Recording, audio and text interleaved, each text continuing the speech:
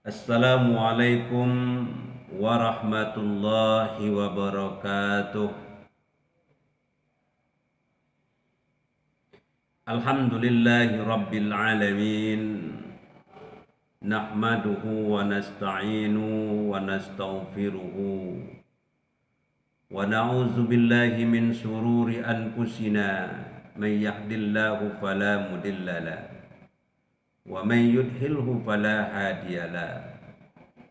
Asyhadu an la ilaha illallah wahdahu la syarikalah wa asyhadu anna Muhammadan abduhu wa rasuluhu la nabiyya ba'dah. Allahumma salli wa sallim wa barik ala sayyidina Muhammadin wa ala alihi wa ashabihi rasulillahi ajma'in. Alhamdulillah, kalimat yang pantas kita ucapkan pada pertemuan kali ini karena kita masih diberinya kesehatan, kesempatan untuk dapat hadir di dalam kegiatan rutinitas kita. Masih bisa kita melaksanakan aktivitas dengan normal pada saat ini. Betapa banyak saudara-saudara kita yang hari ini mereka belum bisa melaksanakan kegiatannya dengan bebas. Mungkin dikarenakan mereka terbaring di rumah sakit. Mungkin keadaan daerahnya tidak memungkinkan untuk mereka melaksanakan aktivitas dengan normal. Kita juga bersyukur kepada Allah Subhanahu wa taala. Hari ini kita masih bisa memilih pakaian yang akan kita gunakan, yang akan kita kenakan, yang akan kita pakai di dalam bepergian kita. Tinggal pilih warna yang mana mau kita pakaikan ke badan kita. Tapi ingat, pada satu saat kita nanti tidak lagi bisa memilih pakaian tersebut, memilih warna tersebut, kesukaan hati kita, kecuali warna putih yang disebut dengan kafan. Kita bersyukur kepada Allah Subhanahu wa taala bisa memilih air yang akan kita siramkan ke tubuh kita. Mau air panas, air dingin, masih bisa. Tapi ingat, pada satu saat nantinya kita tidak lagi bisa memilih air yang akan kita siramkan ke tubuh kita. Dan itu pun tidak kita yang menyiram, karena kita sudah menjadi mayat. Hari ini kita bersyukur kepada Allah Subhanahu wa taala masih bisa memilih kendaraan yang akan kita gunakan dalam bepergian kita. Ingat, pada satu saat kita tidak bisa lagi memilih kendaraan tersebut. Mau tidak maunya kita akan memakai kendaraan tersebut yang disebut dengan keranda ataupun ambulan mengantarkan kita ke makam kita. Anak Bapak yang Bapak sayangi dan cintai, negara kita, daerah kita, kampung kita, bahkan rumah kita hari ini sedang bersedih dikarenakan oleh virus yang mematikan disebut dengan virus corona. Oleh karena itu, anak Bapak yang Bapak sayangi dimanapun kalian berada, sebagai seorang muslim, sebagai orang yang beragama, ada 3 hal sifat yang mesti kita miliki di dalam menghadapi persoalan-persoalan dalam kehidupan kita.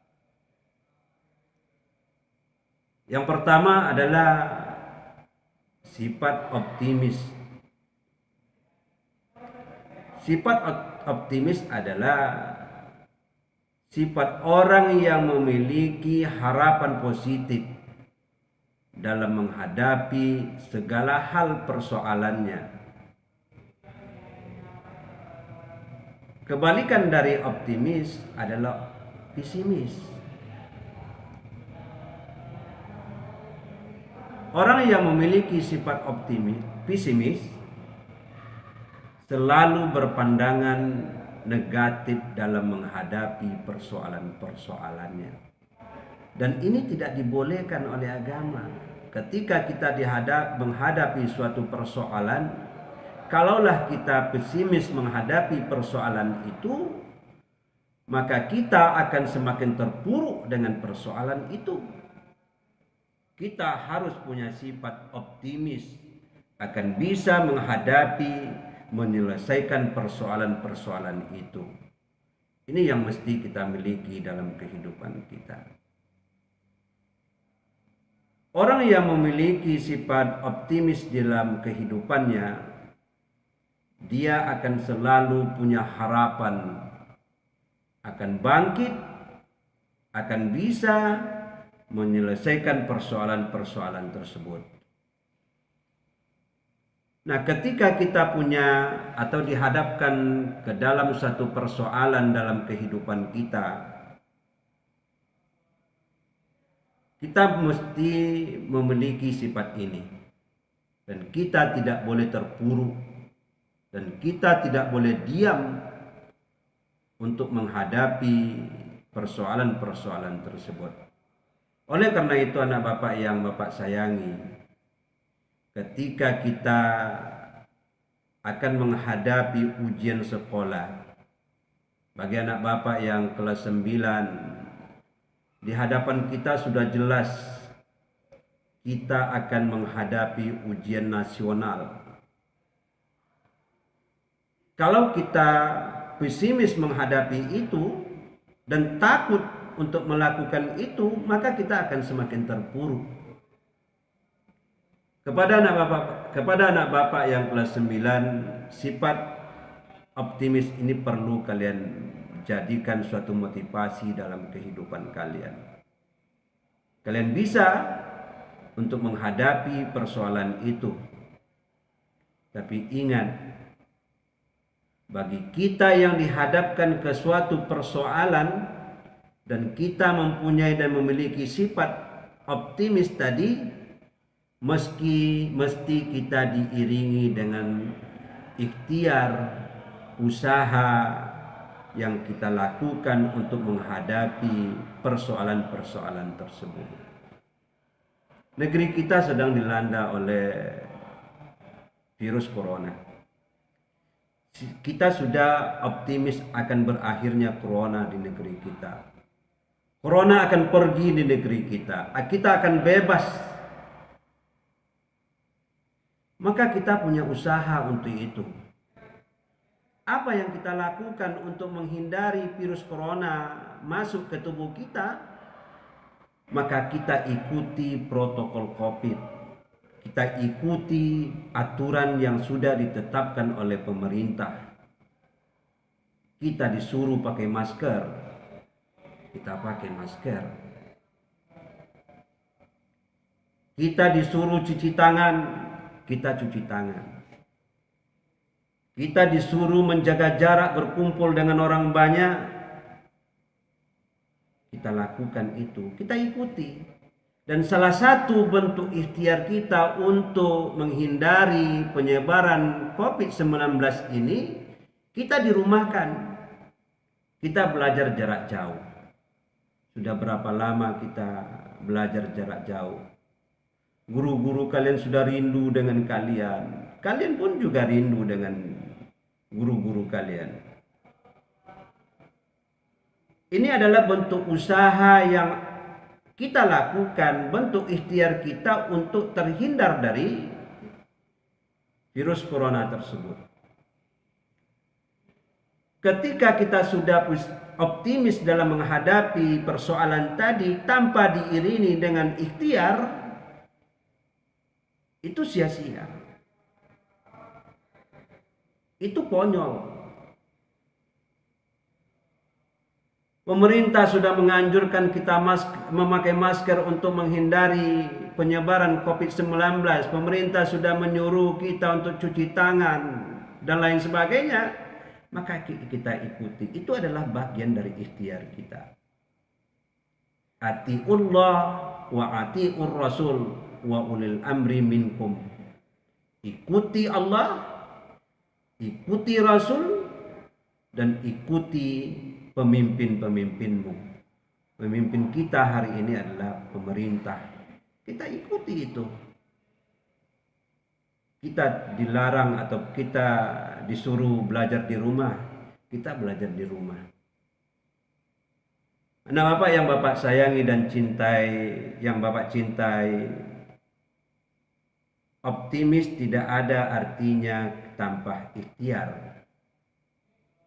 Ketika kalian sudah optimis akan menghadapi ujian,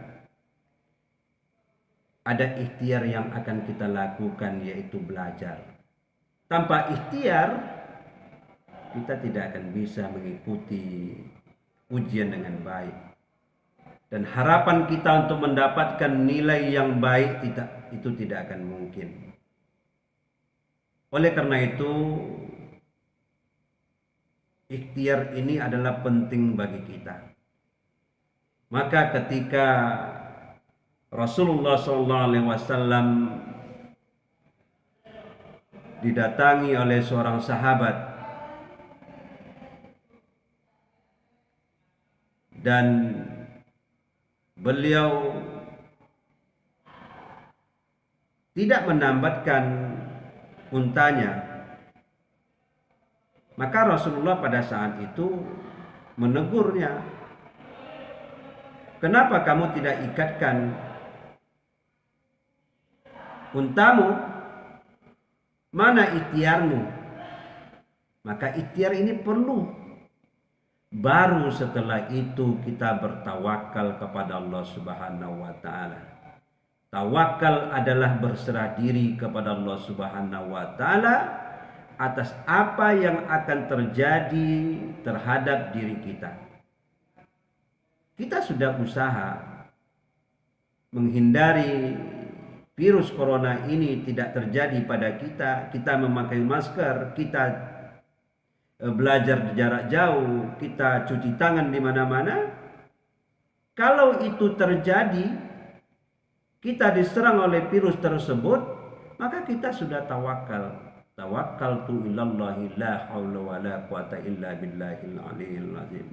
Maka seorang sahabat tadi ketika ditanya oleh Rasulullah, "Apakah engkau sudah mengikatkan untamu?" "Belum ya Rasulullah." "Kenapa kamu tidak melakukan itu?" "Saya sudah tawakal kepada Allah Subhanahu wa taala." Maka Rasulullah pada saat itu marah. "Kenapa engkau tidak mengikatkan? Bukan itu bentuk tawakalmu kepada Allah. Ikhtiarmu belum ada. Usaha dulu, ikatkan dulu untamu. Baru kamu bertawakal kepada Allah Subhanahu wa taala. Baru kamu serahkan kepada Allah Subhanahu wa taala. Kalau seandainya untamu lepas dan pergi jauh." Kalau kita terserang oleh virus corona, kita sudah lakukan usaha-usaha yang tadi, maka kita bertawakal, kita sudah tawakal.